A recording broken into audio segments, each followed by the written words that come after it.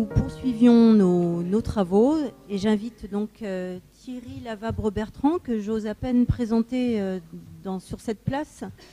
Présentons encore Thierry. Donc vous le savez, il est professeur d'université, il est praticien hospitalier, il est également directeur du Jardin des Plantes, membre de l'Académie des Sciences et des Lettres. Et surtout, il est un très fin connaisseur de l'histoire de la médecine, de l'histoire locale, celle du jardin, de nos institutions. Voilà, je crois que je vais m'arrêter là.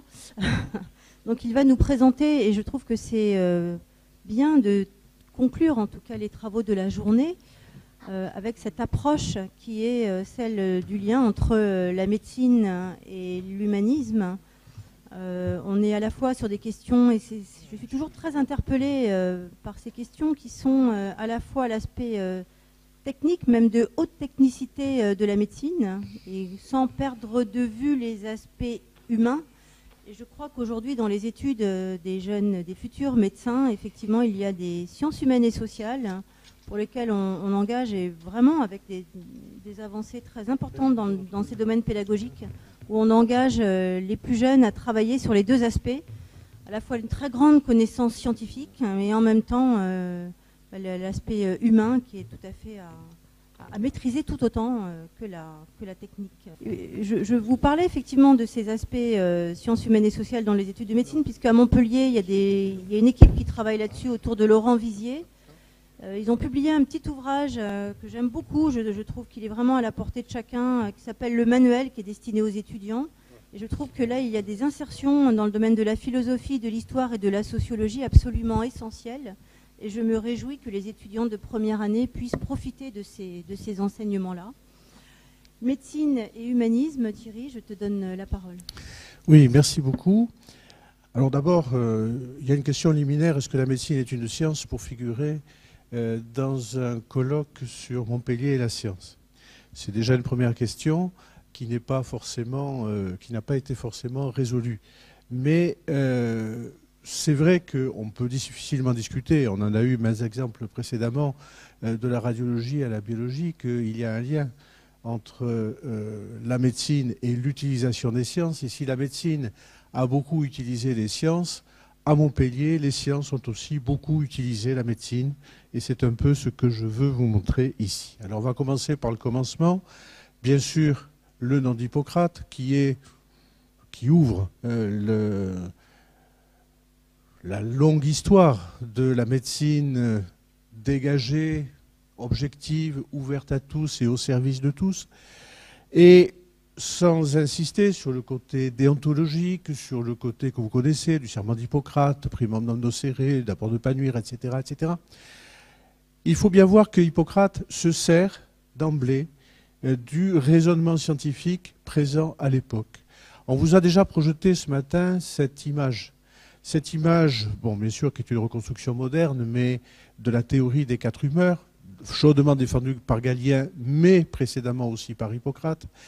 Et vous le voyez, c'est déjà un raisonnement qui se veut un raisonnement éminemment logique, une combinatoire, quelque chose d'extrêmement géométrique, qui, à partir d'un petit nombre de principes, fait découler des conséquences que l'on pourra dérouler et appliquer à l'analyse de situations complexes.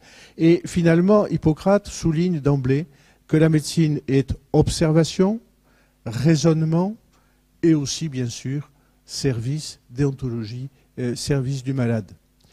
Cette médecine antique va bien sûr être reprise par, on l'a dit, la médecine arabe, les Arabes qui vont transmettre à travers le syriaque, à travers les traductions du grec, vont transmettre la médecine antique à tout l'univers connu de l'époque. Vous avez ici un manuscrit du canon d'Avicenne. Et il est tout à fait remarquable que l'Occident, qui avait oublié pratiquement tout de la médecine antique, et il faut dire d'ailleurs que les Romains avaient un peu de mépris pour les médecins et qu'ils préféraient confier ça à des esclaves grecs, l'Occident va retrouver l'héritage antique à travers les traductions de l'arabe. Des foyers de traduction existent, notamment avec un personnage comme celui-ci, Constantin l'Africain, un personnage assez fascinant, qui est né en Tunisie, est-il né chrétien, on n'en sait trop rien. Toujours est-il qu'il est passé en Italie, il est passé au Mont Cassin, il y est devenu moine bénédictin, comme vous le voyez par sa tenue, et il a traduit, connaissant l'arabe, un certain nombre d'œuvres antiques, et simultanément d'autres ateliers, à Tolède notamment, avec Gérard de Crémone et puis bien d'autres, vont transmettre ce savoir à l'Occident. Et en fait, ce qui est tout à fait remarquable dans cette médecine du Moyen-Âge en Occident, c'est sa soif d'apprendre.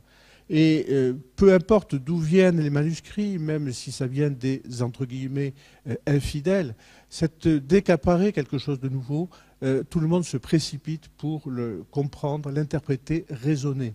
La médecine médiévale n'est pas une médecine magique, c'est une médecine de raisonnement.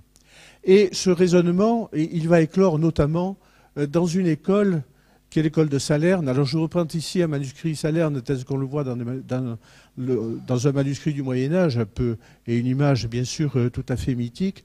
Pourquoi? Parce que de la Salerne médicale aujourd'hui, il ne reste rien, alors que Salerne a été la plus ancienne école officielle du monde occidental, fondée selon la légende par 3 médecins, un juif, un chrétien, un arabe, mais ceci était du symbole vraisemblablement.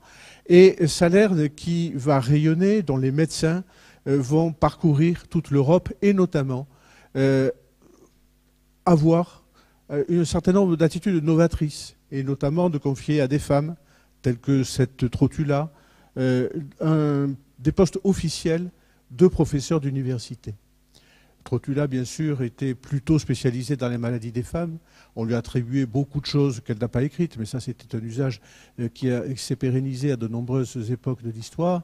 Mais le rayonnement de Salerne est certain, et ce rayonnement va s'incarner dans un certain nombre de centres universitaires, et parmi ceux-ci, bien sûr, on ne peut pas oublier, on ne peut pas négliger, puisque c'est le centre de ce colloque, Montpellier, qui, comme vous le voyez, est caractérisé comme étant une université issue d'écoles antérieures au XIIIe siècle. En effet, les actes de naissance universitaires sont toujours des choses assez compliquées, et il est certain qu'à partir des années 1150, il y a à Montpellier un enseignement médical de très haut niveau qui est attesté, qui donne lieu à des controverses, à des rixes, à des événements divers et variés. Mais il y a un certain nombre d'étapes, dont certaines ont été déjà mentionnées, et que je rappelle simplement. L'édit de Guillain VIII, que vous voyez ici dans ses différentes activités artistiques ou militaires. Guillain VIII qui libère totalement l'enseignement et la pratique de la médecine. Et en 1220, le légat du pape, le cardinal Conrad, qui va donner à l'école de médecine ses premiers statuts en faisant, on l'a bien souligné, la plus ancienne école en exercice du monde occidental depuis que Salerne a disparu. Salerne qui a vivoté pendant quelques siècles pour être fermé en 1811.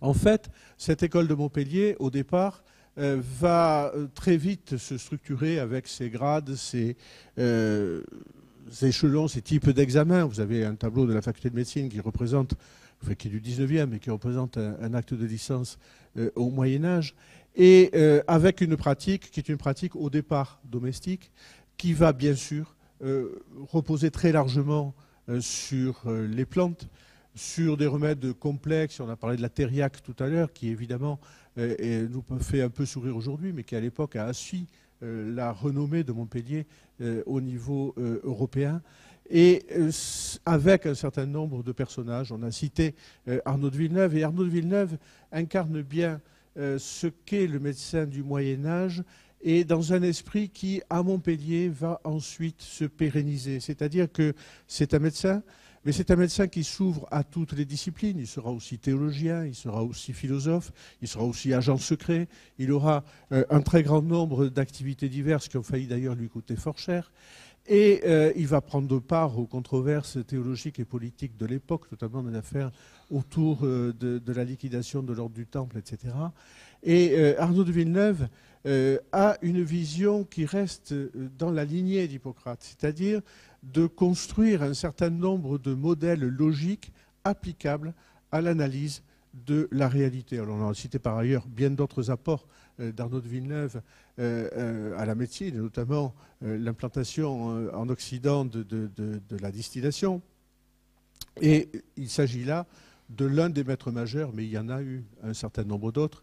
Et il y a un autre nom que je voudrais citer ici, qui est celui de Raymond Lulle. Alors Raymond Lulle, il est surtout connu comme théologien, on l'appelle le docteur illuminé, dans un bon sens du terme, à l'époque. Aujourd'hui, c'est évidemment un petit peu moins bien porté, qui est catalan, qui est majorcain d'origine, et qui va faire un peu une idée fixe de la conversion des infidèles, notamment du monde musulman, sur des arguments de logique. Et là aussi, il va beaucoup développer l'idée de l'argumentation logique, de la structuration logique du discours.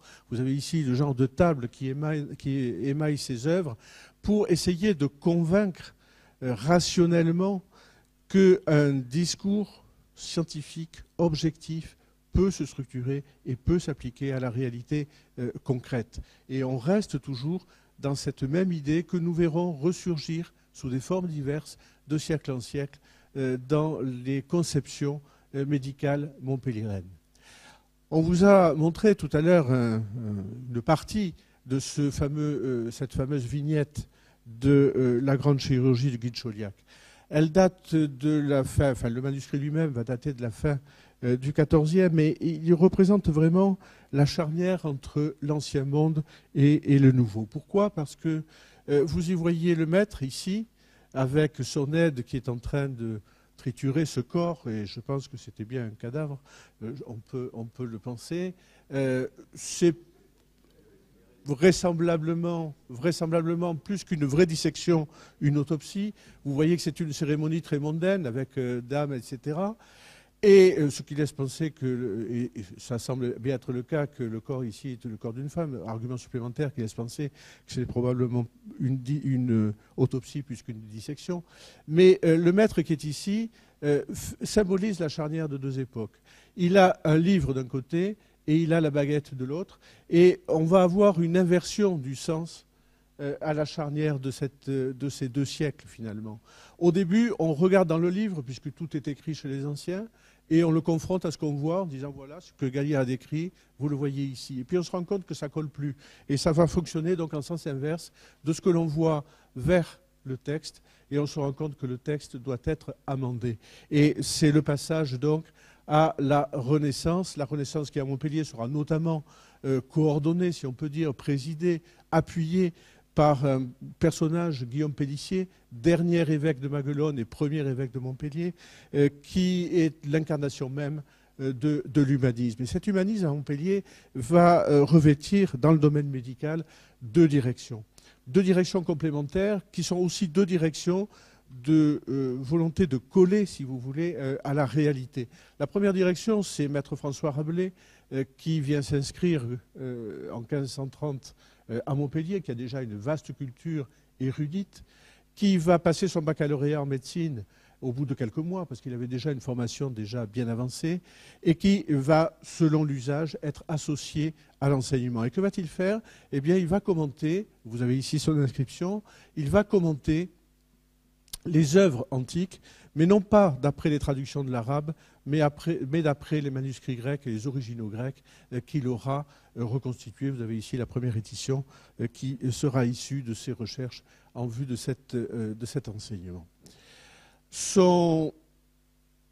La deuxième direction, mais je ne vais pas la détailler celle-là, puisque M. Jarry vous en parlera très brillamment demain, c'est celle de Guillaume Rondelet, son excellent ami, et qui lui va au contraire, enfin complémentairement pourrait-on dire, orienter Montpellier dans le goût pour les sciences naturelles. Et cette orientation vers les sciences naturelles ira vers l'anatomie, on vous le dira, vers la botanique, vers la zoologie, avec cette fameuse histoire des poissons. Et ce goût pour les sciences naturelles va s'intensifier dans ce monde médical montpelliérain.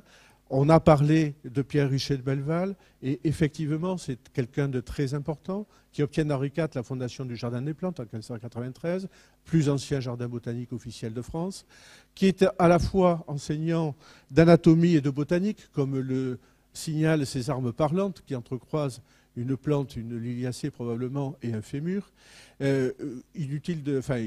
On peut quand même préciser que Richet de Belleval avait d'emblée décrété que bien que professeur d'anatomie, l'anatomie ne l'intéressait pas du tout et que par conséquent il ne l'enseignerait pas, ce qui lui a valu quelques suspensions de salaire et de procès, mais peu importe. Par contre, il était passionné de botanique et il va fonder donc ce jardin des plantes dont vous avez ici une représentation au tout début du XVIIe siècle, avec la montagne qui persiste de façon incomplète encore, cette intendance que remanier, nous espérons tout de même pouvoir récupérer pour y loger et accueillir les gens au Jardin des Plantes, et toute cette partie qui par la suite sera profondément remaniée. Mais Richet de Belleval, donc, est vraiment dans la filiation médicale montpelliéraine, c'est-à-dire dans l'union totale de sa fonction médicale et de sa fonction d'exploration de la nature. Exploration de la nature qui va se poursuivre dans le domaine de la botanique, avec des gens comme Pierre Magnol, qui est à la fois un clinicien et titulaire de l'une des chaires de clinique, et d'autre part, l'un des plus grands botanistes de l'histoire, un des premiers, le premier, à dégager la notion de famille de plantes qui, et enseignement qu'il transmettra à des gens tels que Tournefort, tels que les Jussieu, qui vont l'importer au Jardin du Roi à Paris. Et on peut dire donc que dans ce monde médical montpelliérain, il n'y a pas de césure entre sciences de la nature, on pourrait dire littérature, si on se réfère à Rabelais, sciences de l'homme ou sciences le plus humaniste au sens le plus large du terme, et pratique de la médecine. Et on peut citer Vieux-Sens, un des plus grands anatomistes aussi de tous les temps. On peut citer aussi quelqu'un dont je n'ai plus retrouvé que la signature, Charles Barbeyrac, au XVIIe, qui sera un inspirateur, lui aussi un clinicien, lui aussi un hippocratiste, un ami de l'anglais Sydenham, et à travers Sydenham, un correspondant de John Locke. Barbeyrac qui a finalement laissé peu d'œuvres, mais qui a eu une influence indiscutable sur l'attachement pérenne, notamment à Montpellier, vis-à-vis de la pensée hippocratique. Cet attachement à la botanique perdure. Il perdure au XVIIIe siècle, avec quelqu'un que l'on a vu aussi tout à l'heure en photo ou portrait, François Boissier de Sauvage de la Croix. Ce François Boissier de Sauvage, qui est lui aussi enseignant de clinique, il a la chaire de médecine des pauvres, la dernière des chaires créées sous l'Ancien Régime, mais il a été chargé de l'enseignement de la botanique à plusieurs reprises, il est passionné de botanique, il est un correspondant de Linné, il va proposer une méthode de classification des plantes, d'après les feuilles, Methodus foliorum, et il va aller en sens inverse. En tant que botaniste, il propose, en tant que médecin, il va vers la botanique et il propose une classification botanique. De l'idée de classification botanique, il revient à la médecine et il propose une classification des maladies à la façon des botanistes, répartissant ces maladies en différentes classes. Bon, on ne va pas bien entendu les détailler. Cette nosologie systématique qui, au XIXe siècle, perdurera, et on le retrouve encore, par exemple, dans les années 1830, avec l'arbre des dermatoses du baron Alibert, et c'est une idée qui va être très profonde en médecine. Et vous voyez que dans ce monde médical montpelliérain, il y a une fécondation mutuelle entre la médecine, la pratique médicale, et également le développement, le bourgeonnement de disciplines nouvelles, en dialogue également avec l'ensemble de ce qui s'intéresse à l'homme, y compris les arts et la littérature. Alors, évidemment, il y a au XVIIIe siècle le développement, l'éclosion des sciences exactes, on en a parlé, et c'est l'un des thèmes de ce colloque. Et pour le médecin, au XVIIIe siècle, le problème devient évident. Alors qu'au Moyen-Âge, il y avait une relative, pas unanimité, mais approche assez globale entre les différentes universités, alors que le monde de la Renaissance fonctionne à la fois dans la redécouverte des anciens et dans le développement des connaissances du monde tel qu'on peut l'observer, l'irruption de la méthode expérimentale, on l'a souligné ce matin, fait poser des questions dramatiques à la médecine. Parce que la médecine est-elle une science autonome ou doit-elle vivre uniquement comme un département des sciences entre guillemets dures dont les résultats paraissent de plus en plus solides?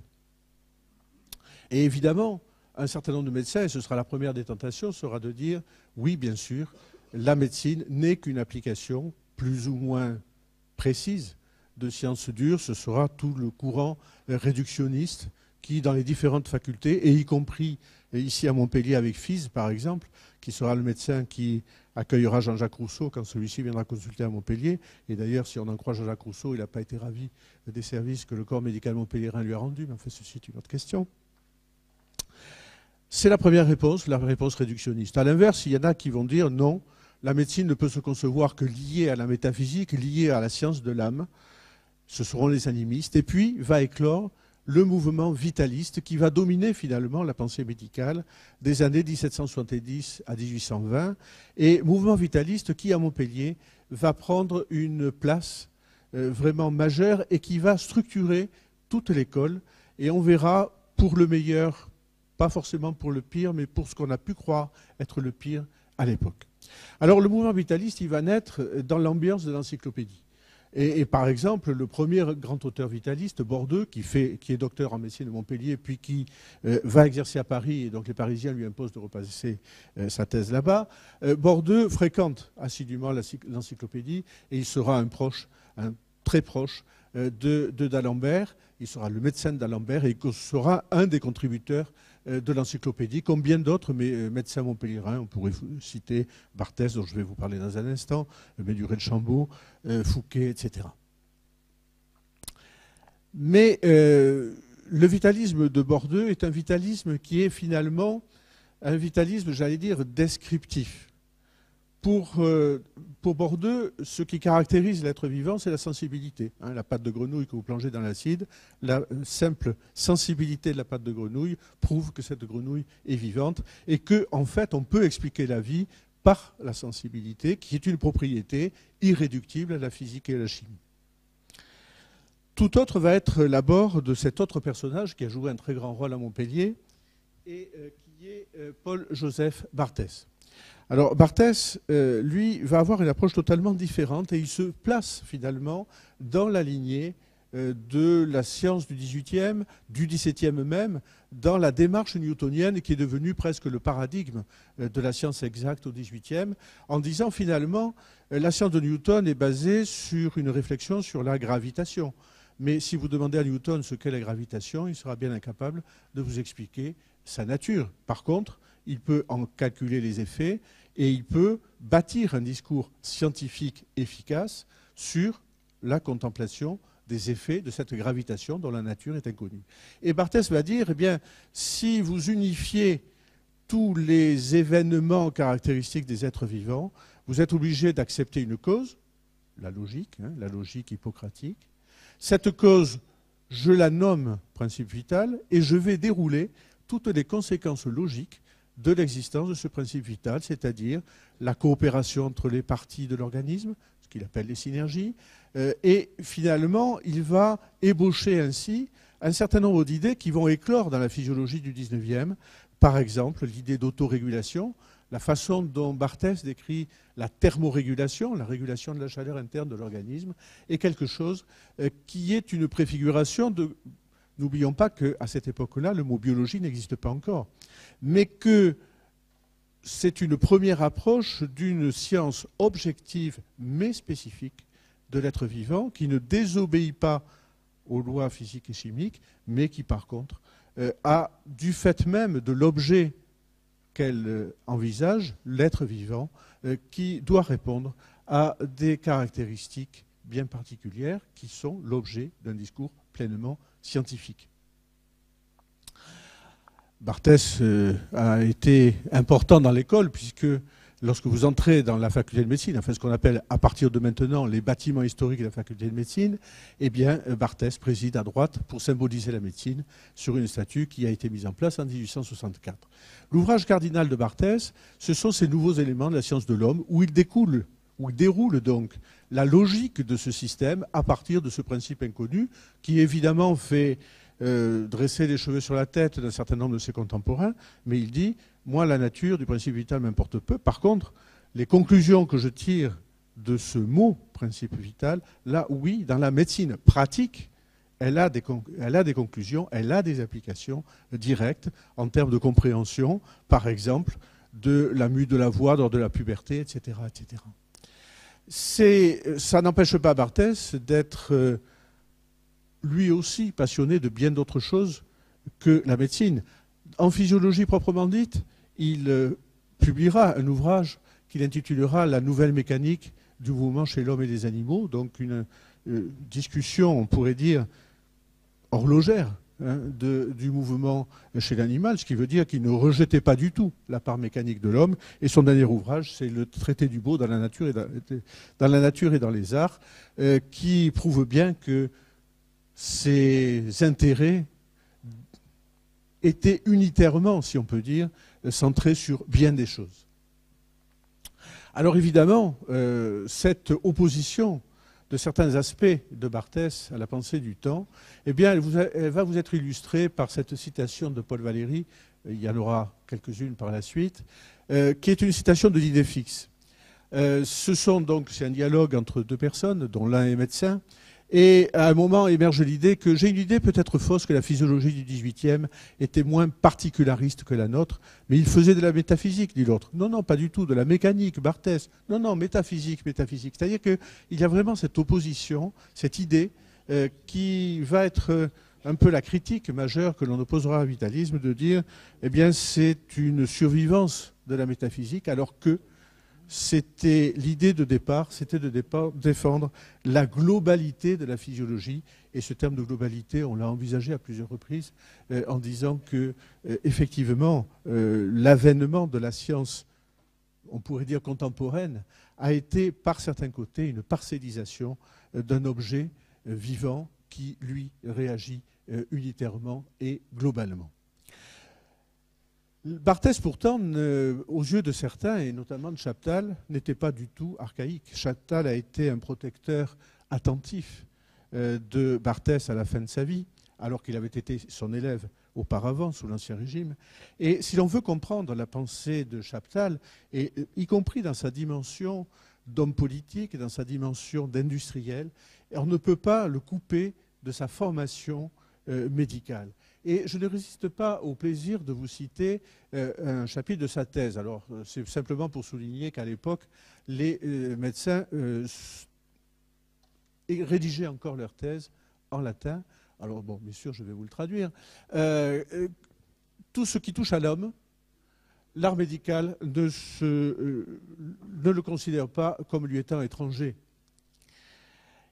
Il comprend les relations de l'homme dans sa nature physique et morale, et par conséquent de l'art médical, la science politique, la morale, le régime politique, enfin au sens le plus large du terme, l'éducation des jeunes, des enfants, toutes ces disciplines doivent y trouver leur source. C'est-à-dire que dans l'esprit très pratique de Chaptal, y compris du politique Chaptal, c'est bien de la contemplation de l'homme en tant qu'homme, dans sa dimension biologique et dans sa dimension physiologique, qu'il faut, à la base, raisonner. Et là aussi, alors bien sûr, cette vision de Chaptal, elle pourrait s'intégrer dans le milieu des physiocrates, si vous voulez, de la fin du XVIIIe, mais elle est l'une des caractéristiques qui, vous le voyez, perdurent au cours de l'histoire dans la pensée médicale montpelliéraine, celle que la médecine ne se coupe de rien dans l'homme, mais qu'à l'inverse, rien dans l'univers, et notamment dans l'univers qui implique l'homme, ne peut faire l'économie de ce regard sur l'homme. Parmi les amis de Chaptal, il y aura notamment Prunel, qui, sous son ordre, va rassembler la collection de manuscrits magnifiques que nous avons à la faculté de médecine. Mais il est certain que même au sein de l'école, et notamment avec Charles-Louis Dumas, certaines réticences apparaissent et une certaine tentation de dire « ne nous coupons pas de l'évolution des sciences du 19e. N'oublions pas qu'au début du 19e, c'est la deuxième révolution biologique, c'est Laennec, c'est Magendie, c'est Claude Bernard, c'est tout ce qui va se développer et qui finalement a une tentation de parcellisation, comme on l'a dit tout à l'heure, contre laquelle l'école de Montpellier va réagir, et va réagir notamment avec le principal héritier de Barthès, qui est Lorda.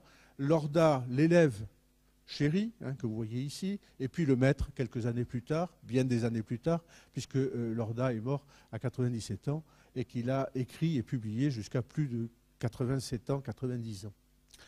Alors Lorda, lui, il essaie de prolonger la pensée de Barthès, et toujours dans ce cadre logique qui est si important pour l'école médicale montpelliéraine. Et c'est de dire, s'il y a un principe vital, il y a aussi une âme pensante, il y a aussi un agrégat matériel, comme il le disait, et ce qu'il faut penser, c'est l'anthropologie médicale. C'est-à-dire, on baptisera ça un vitalisme philosophique, mais cette anthropologie médicale, c'est celle qui va, au-delà du simple raisonnement sur le principe vital, qui va essayer de penser les rapports entre les trois.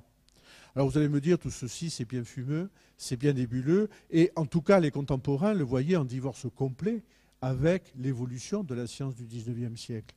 Mais on redécouvre aujourd'hui, par bien des aspects, la pensée de Lorda. Lorda, en 1825, a des troubles aphasiques. Il est atteint d'aphasie pendant plusieurs mois. Et son aphasie, donc, va l'amener à réfléchir et de se dire « je ne suis pas dément, je ne suis pas paralysé ». Et va donc tout ceci va le pousser à analyser les différentes étapes de l'acte du langage et de reconnaître qu'il y a un certain nombre d'étapes qui ne sont ni du domaine de l'esprit, ni du domaine de la simple mécanique, et en faire donc une classe à part des phénomènes pathologiques. Et on considère aujourd'hui que Lorda est l'un des fondateurs de l'aphasiologie, donc la science des troubles du langage, et d'autre part de la neuropsychologie cognitive, à tel point qu'un laboratoire du CNRS de Toulouse, comme vous le voyez ici, porte le nom de Lorda. Et cette anthropologie médicale que défend Lorda, elle implique également la philosophie, et notamment, je parlais à l'Académie il y a quelques mois des rapports entre Lorda et Bonald, mais il y a aussi les rapports entre Lorda et la philosophie du sens commun, avec par exemple le philosophe écossais Thomas Reid.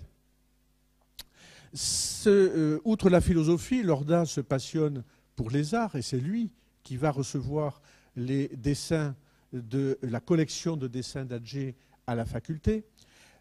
Cette collection de dessins qui fait que le musée Adger est le deuxième musée de dessin de France, hébergé à la faculté de médecine, et non pas par hasard, mais parce que Lorda les y a reçus pour l'enseignement et pour la formation des étudiants en médecine, disant que l'une des étapes essentielles et ce qui manque le plus à la formation du médecin, et combien c'est vrai aujourd'hui, c'est l'observation, c'est-à-dire la possibilité de partir de ce que l'on voit pour analyser et pour rechercher ce qu'il appelle les causes cachées, intelligibles, qui se trouvent derrière le théâtre. Et c'est pour ça qu'il accueille et qu'il voudrait que les étudiants pratiquent assidûment les dessins et les arts. Et malheureusement, à l'heure actuelle, je pense qu'il n'a pas été vraiment entendu. Ce qui fait que nous arrivons donc au 19e, à une époque pour Montpellier, pour l'école médicale montpelliéraine, un peu de conflit avec le monde des sciences qui évolue ailleurs, et notamment sur la scène parisienne, qui, à l'époque, est bien sûr beaucoup plus performante que ce qu'elle peut être ici. Alors, la science exacte, si on peut dire, qui reste en phase, entre guillemets, avec l'époque, eh bien, elle va se réfugier notamment, et encore, dans la botanique, avec les noms, par exemple, d'Augustin Pyramus de Candolle, qui vient de Genève, vit à Paris, Paris où il a soutenu une thèse qui, vous le voyez, s'intitule « Essai sur les propriétés médicales des plantes comparées avec leur forme extérieure et leur classification naturelle ».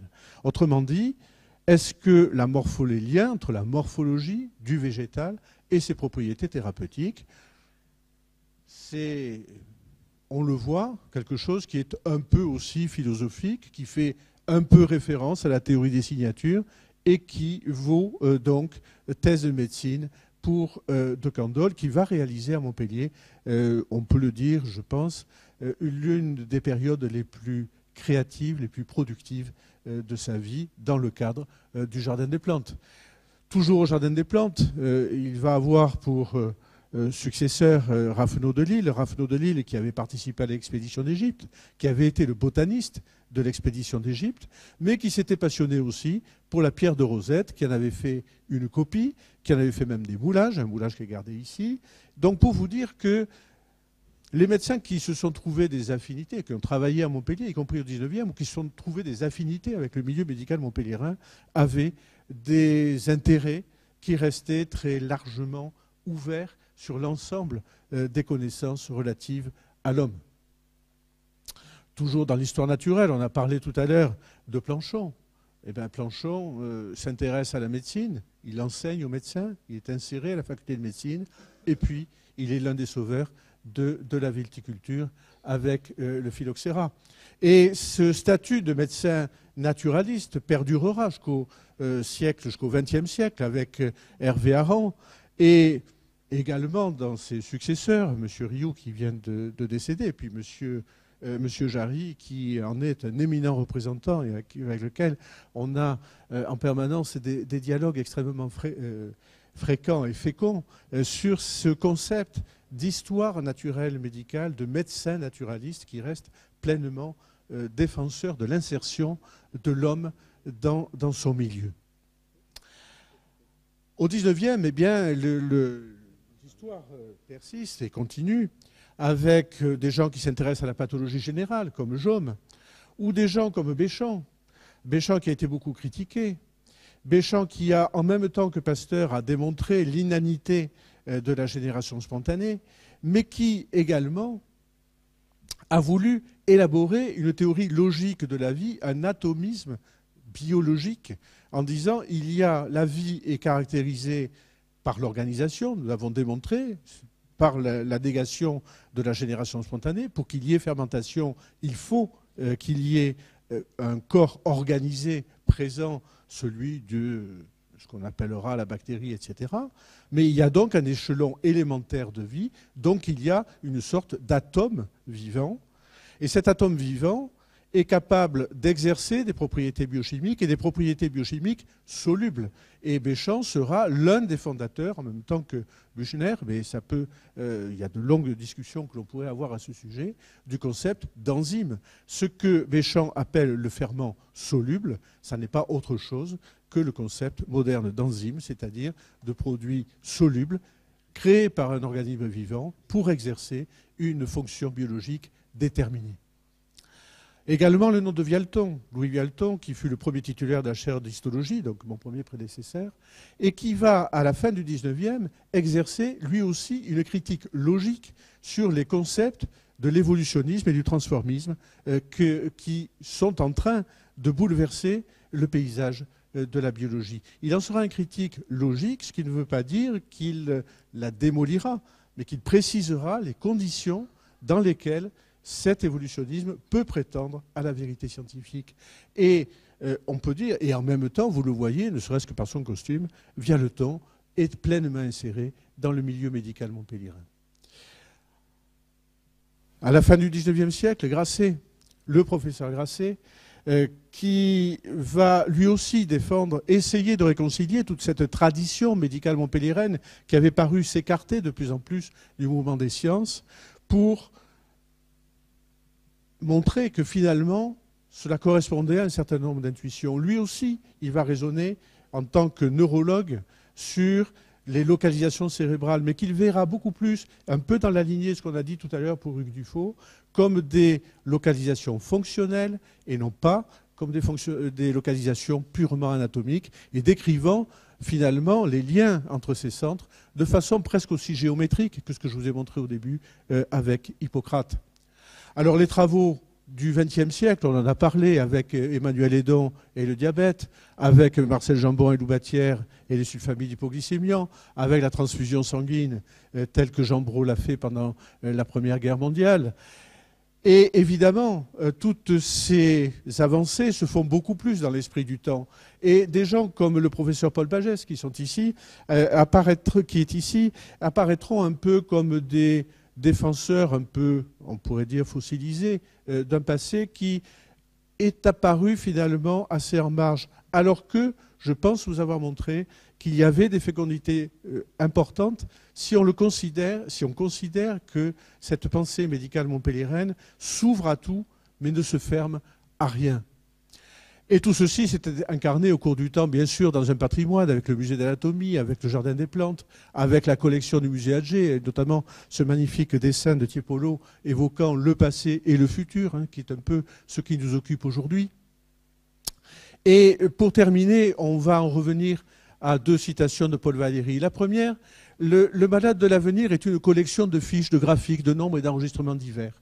Un automate sera le médecin de l'avenir qui, sans aucune pensée, déduira de ces données un classement et un traitement, et ceci, hélas, avec sa collaboration entière, car la valeur du médecin diminue en raison directe des moyens d'investigation que lui donne la technique physico-biologique. Plus en dispose-t-il, plus s'efface-t-il devant eux et renonce-t-il facilement à observer et à réfléchir. Ce sont quand même des mots assez terribles.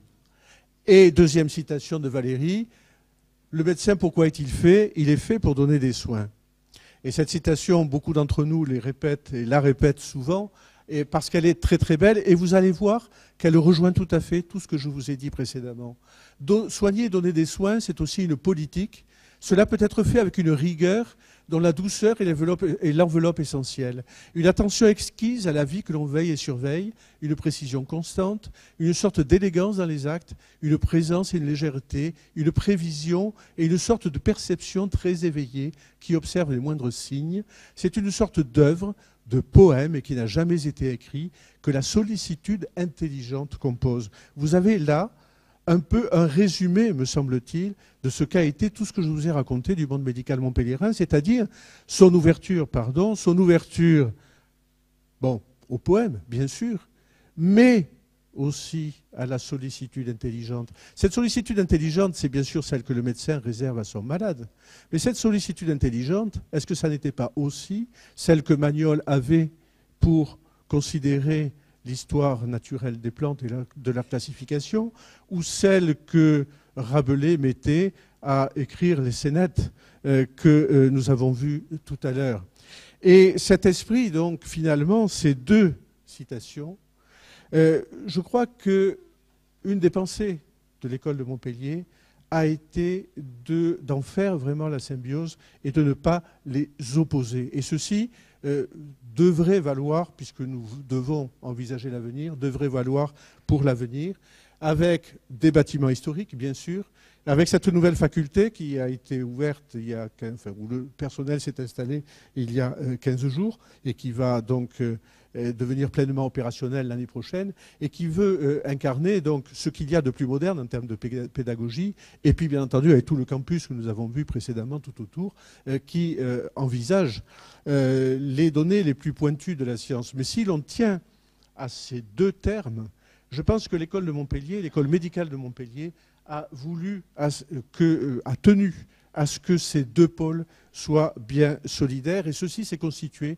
cette singularité s'est constituée au cours du temps. On avait commencé avec Hippocrate et on finit avec Hippocrate. Le cadran solaire qui est sur les bâtiments, le bâtiment historique de la faculté de médecine, qui est un extrait du premier aphorisme d'Hippocrate, et Technema cré, l'art est long. Je vous remercie.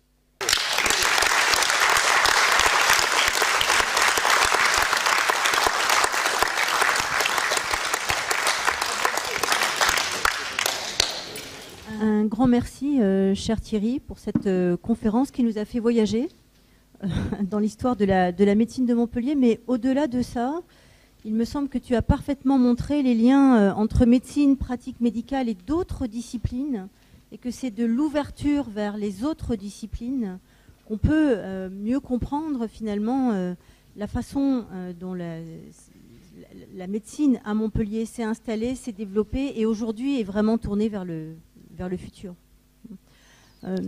J'ai été frappée aussi, et je crois que c'est une question, en tout cas c'est une question moi, qui m'interpelle beaucoup aujourd'hui, particulièrement dans nos sociétés aujourd'hui, sur la nécessité de réaffirmer à un moment donné ce qu'est un discours scientifique, de quoi il est constitué, et que quand on interroge, comme tu l'as fait, dans différentes époques historiques, la place de la médecine et la place des sciences, je crois que nous entrons aujourd'hui dans une période pour laquelle cette question est tout à fait d'actualité et qu'on doit l'enseigner, qu'on doit diffuser ces idées. Je crois que faire de l'histoire et reparcourir ces époques-là, comme tu l'as fait pour nous aujourd'hui, c'est essentiel dans les sociétés actuelles et j'aimerais que les jeunes entendent ce discours-là aujourd'hui particulièrement. Et en sachant qu'il va y avoir effectivement des défis énormes, on a vu la puissance que les outils biologiques vont nous donner et donc l'interrogation éthique qu'il y a derrière. Et tout ceci, donc, à mon avis, cette interrogation éthique ne pourra se résoudre justement que dans une conception globaliste, holiste, telle que j'ai essayé de montrer qu'elle s'est constituée progressivement dans l'histoire en fonction de l'évolution du milieu scientifique de l'époque et du contexte scientifique et médical de l'époque. Je souhaite aussi te remercier pour avoir montré au moins un portrait de femme, parce qu'on parcourt l'histoire des sciences ici et ailleurs. Je pense que là, il n'y a pas une spécificité montpelliéraine, mais d'avoir croisé un portrait de femme qui n'était pas seulement un cadavre. On en a vu un. Mais on se dit qu'effectivement, on pourrait interroger, réinterroger et mettre en perspective la dynamique scientifique en pensant la place des femmes dans les sciences aujourd'hui. J'ai eu l'occasion d'assister à une présentation nationale de la stratégie de culture scientifique, technique et industrielle à Paris là, il y a quelques jours. Et on nous incite très fortement pour penser l'innovation et la question de la culture scientifique à réexaminer au moins deux thématiques. Et vous allez voir que ça résonne pour nous, il me semble-t-il, aujourd'hui. La première, et je parle de culture scientifique, de connaissance pour tous, pour le citoyen lambda. La première, c'est finalement l'égalité homme-femme. Donc c'est une question complètement d'actualité. Et la seconde, c'est l'histoire des sciences et des techniques. C'est-à-dire qu'on ne peut pas penser l'innovation sans penser une projection vers le passé, sans comprendre ses évolutions et sans comprendre non plus la place des femmes dans nos sociétés. Donc je voulais te remercier pour ces deux titres-là. Si on veut être tout à fait exact, il faut dire que ce que Salerne a fait, Montpellier ne l'a quand même pas fait. Hein, il y a eu Trotula à Salerne, il n'y a pas eu d'équivalent connu, du moins, à Montpellier, bien sûr. Et ce, jusqu'à une période extrêmement récente. Mais c'est vrai que pour comprendre l'innovation, et je crois que l'histoire nous montre bien toute la relativité des savoirs, toutes les œillères que l'on peut avoir sur les savoirs, et toute finalement la pertinence que des critiques qui ont été faites entre savoirs à une époque donnée peuvent avoir pour l'avenir. Je pense qu'au XIXe siècle, quelqu'un comme Lorda, par exemple, paraissait totalement fossilisé, et même encore pour beaucoup de biologistes d'aujourd'hui, il apparaît fossilisé. Et c'est assez extraordinaire de voir, et c'est pas moi qui le dis, c'est par exemple Jean-Luc Nespoulos qui nous avait fait une très brillante conférence à l'Académie il y a quelque temps, démontrant bien que cet abord de neuropsychologie cognitive, elle est porteuse d'un savoir scientifique autonome, certes avec des moyens d'investigation différents, mais qui garde une pertinence scientifique indiscutable. Je propose d'ouvrir la discussion. Donc, si vous avez des questions, mon voisin sera donc prioritaire. Oui, merci beaucoup Thierry. J'ai deux remarques, questions. Premièrement, l'esprit humaniste du médecin de Montpellier devrait être l'esprit humaniste du médecin tout court. Donc je ne suis pas du tout sûr que ce soit une spécificité montpelliéraine, même si ça se passe à Montpellier. Ça doit aussi se passer ailleurs. Ça devrait. Ça devrait. Ça devrait. Et même à Montpellier, ça ne se passe pas toujours. Hein. Et même à Montpellier, ça ne se passe pas toujours. Je crois que la citation que j'ai faite de Paul Valéry est quand même, me semble-t-il, extrêmement actuelle. C'est-à-dire que on peut avoir tous les moyens d'exploration que l'on veut, on ne voit que ce qu'on cherche. Et qu'on cherche si on se pose des questions. Et que malheureusement, de plus en plus, et l'enseignement y contribue, avec le concours de première année, avec l'examen classé en national de fin de cursus, etc., on n'apprend pas aux gens à réfléchir, on apprend aux gens à réussir un concours dans un cadre donné, avec un formatage donné. Et d'ailleurs, je suis assez effaré, enfin je dis ça devant mes collègues, mais dans les épreuves l'épreuve classante nationale qu'on nous promet à partir de l'année prochaine, il va y avoir ce qu'on appelle les fameux TCS, les tests de concordance de script. L'idée est intéressante. La médecine, c'est quelque chose de compliqué. Dans une situation donnée, il n'y a pas une réponse univoque. Très bien. Qu'est-ce qu'on va faire? On va avoir un dossier compliqué, on va voir la réponse que fait le candidat et on va la confronter à celle d'un panel d'experts. Experts entre guillemets, bien entendu. Et la note sera fonction de la proximité entre ce qu'a répondu le candidat et ce qu'a répondu les experts. Autrement dit, vous sélectionnez des gens sur le conformisme. Et ça me paraît, je ne sais pas ce qu'en pensent les collègues, mais ça me paraît dangereux. Alors, ça me permet de rebondir sur ma deuxième remarque. Tu as posé d'emblée la question, la médecine est-elle une science? Moi, je dirais que est science toute discipline qu'on aborde avec un esprit scientifique. Et l'esprit scientifique, c'est un esprit qui consiste à envisager les choses de manière la plus objective possible, à partir de faits et à partir de recoupements. C'est-à-dire de faits qu'on constate et que d'autres peuvent constater aussi bien que nous, en faisant les mêmes expériences dans les mêmes conditions et en retrouvant les mêmes résultats. Et à partir de là, toute discipline peut être qualifiée de scientifique. On parle de sciences humaines et sociales, par exemple, donc la médecine aussi peut être une science. Le problème, c'est que la médecine ne s'intéresse pas à un homme lambda, mais à un homme concret, qui a une histoire concrète, qui a une génétique concrète. Et c'est tout le problème de la médecine, que l'on voudrait de plus en plus formater sur des études statistiques, parce qu'il n'y a que la statistique qui peut nous donner une réponse effectivement sur l'efficacité de telle ou telle molécule dans telle ou telle maladie. Mais le problème, c'est que quand on a le malade devant soi, qui a un certain passé, qui a une certaine psychologie aussi, qui a une certaine famille, etc., quelle est la bonne réponse? C'est beaucoup plus compliqué.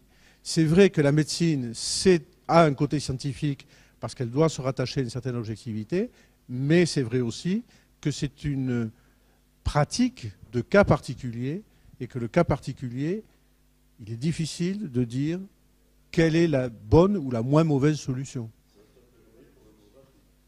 Pardon?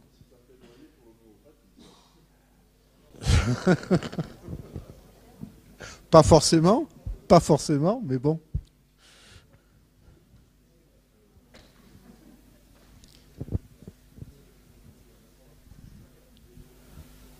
Voilà, tout d'abord, je voudrais te remercier parce que tu nous as donné une belle leçon d'humanisme et on t'a écouté avec énormément d'attention. Tu as eu un sujet difficile que tu as su faire passer et un message que tu as su faire passer qui est important, sans une note, simplement en commentant. Bravo déjà de ce côté-là, c'est une prouesse. Mais ce que je voudrais venir, c'est bien sûr vers toi. Le médecin n'est pas une machine à diagnostic. Le médecin doit être une canne, doit être une aide aux patients ou à la famille de patients qui viennent consulter, tout en ayant une démarche diagnostique.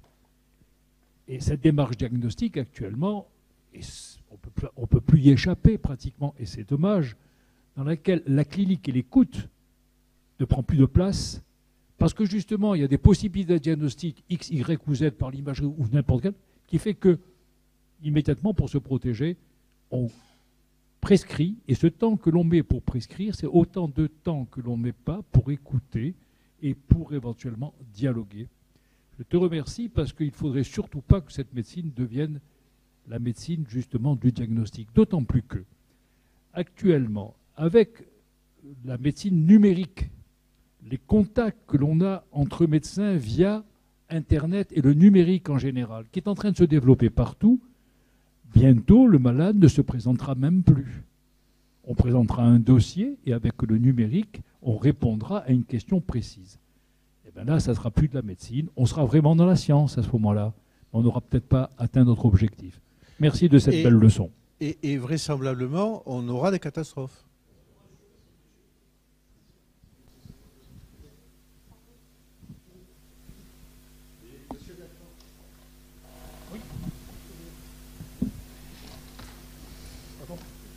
Non, ça va, mais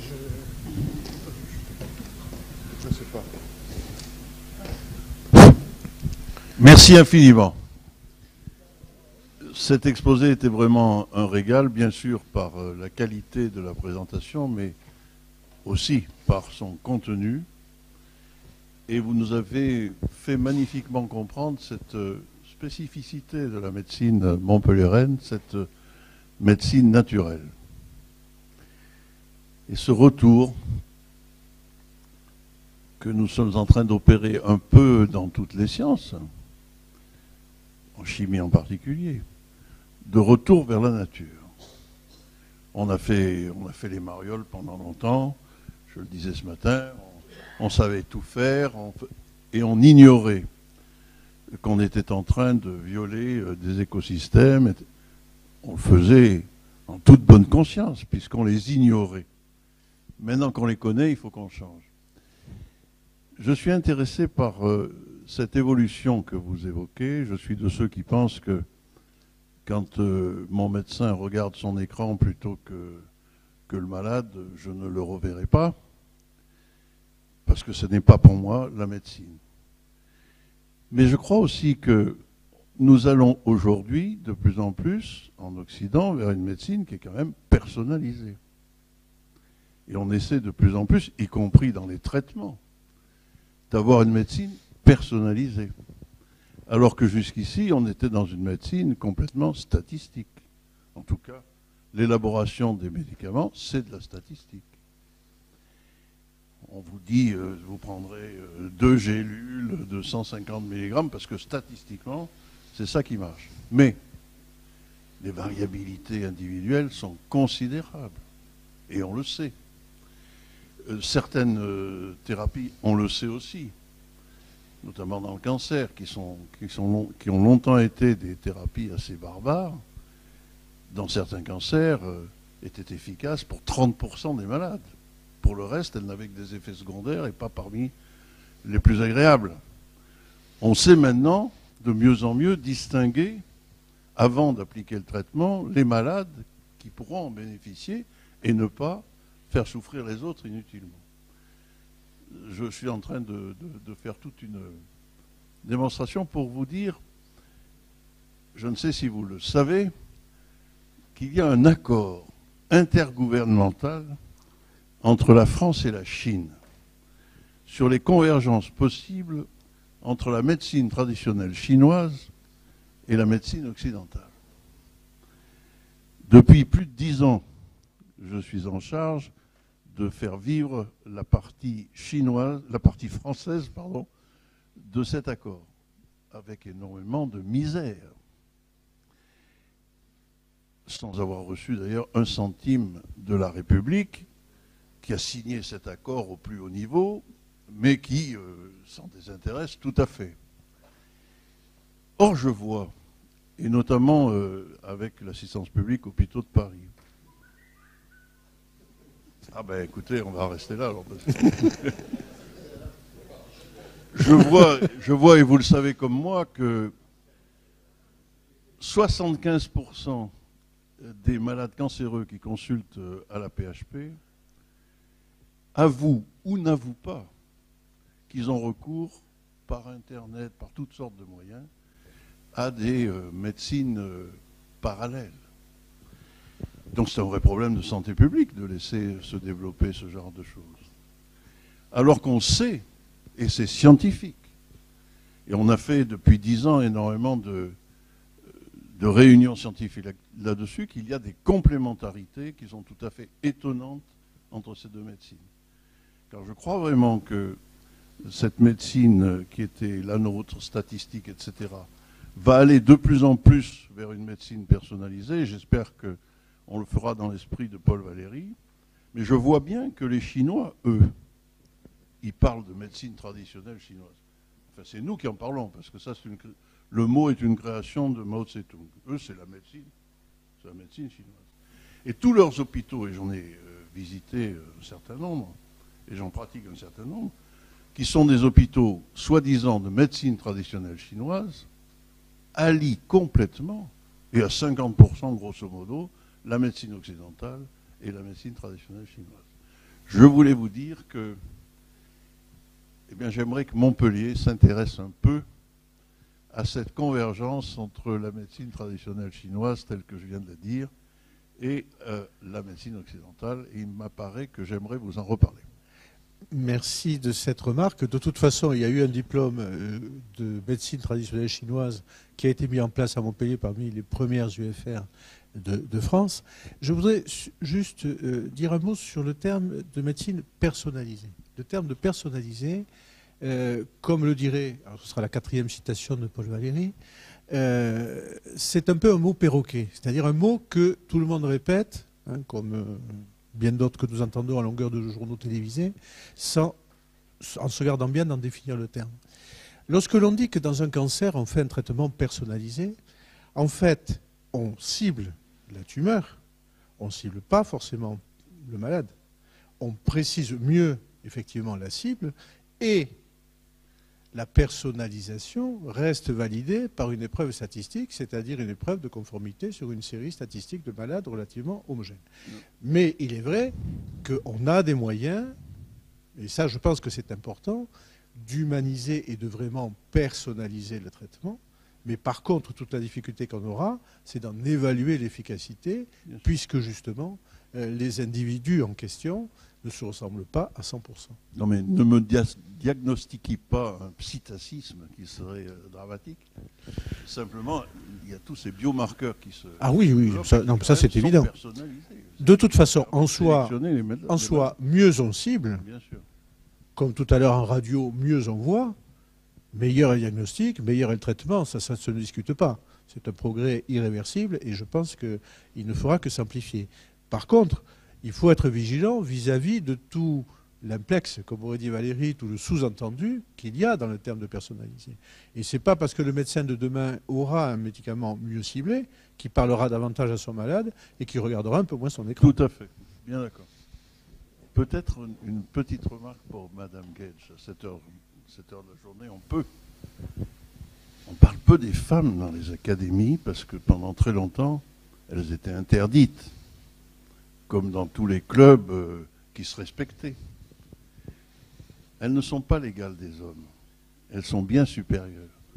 Parce qu'elles ont su, et si on devrait écrire l'histoire des grands salons de toutes les dames au moment de l'encyclopédie, étant interdites d'académie, ces salons étaient de vraies académies, et des académies qui marchaient bien, où en plus on aimait à se rendre assez souvent. Tout à fait. Merci beaucoup. Merci beaucoup de votre commentaire. Je le reçois parfaitement bien. Je sais qu'il existe des travaux, effectivement, sur la place des femmes dans les salons au XVIIIe siècle, et elle est essentielle. Et on va même au-delà de ça. Certains historiens ont écrit que derrière chaque grand scientifique homme se cache une femme, et il ne faut pas la chercher très loin. Elle est très proche de lui. Cela étant, plus sérieusement, je ne suis pas sûre que l'objectif soit la supériorité ou quoi que ce soit, mais en tout cas, remettre à l'ordre du jour cette question me semble absolument essentielle, et notamment dans les sciences aujourd'hui. On le voit dans certaines disciplines scientifiques, alors que les jeunes femmes réussissent mieux sur les baccalauréats scientifiques, de manière assez massive d'ailleurs. Elles ne s'orientent toujours pas vers des études scientifiques, et c'est dommage. On perd des belles compétences. Et je crois que là, il y a un terrain à exploiter, et effectivement, pour profiter davantage des femmes, au moins dans les sciences.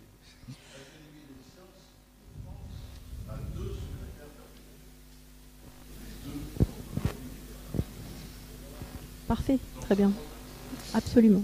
Donc je voudrais, à moins que vous ayez une toute dernière question, mais je crois qu'on peut clôturer cette session, remercier alors Thierry Lavabre-Bertrand pour sa très belle conférence. Merci beaucoup Thierry, tu nous as régalé, comme on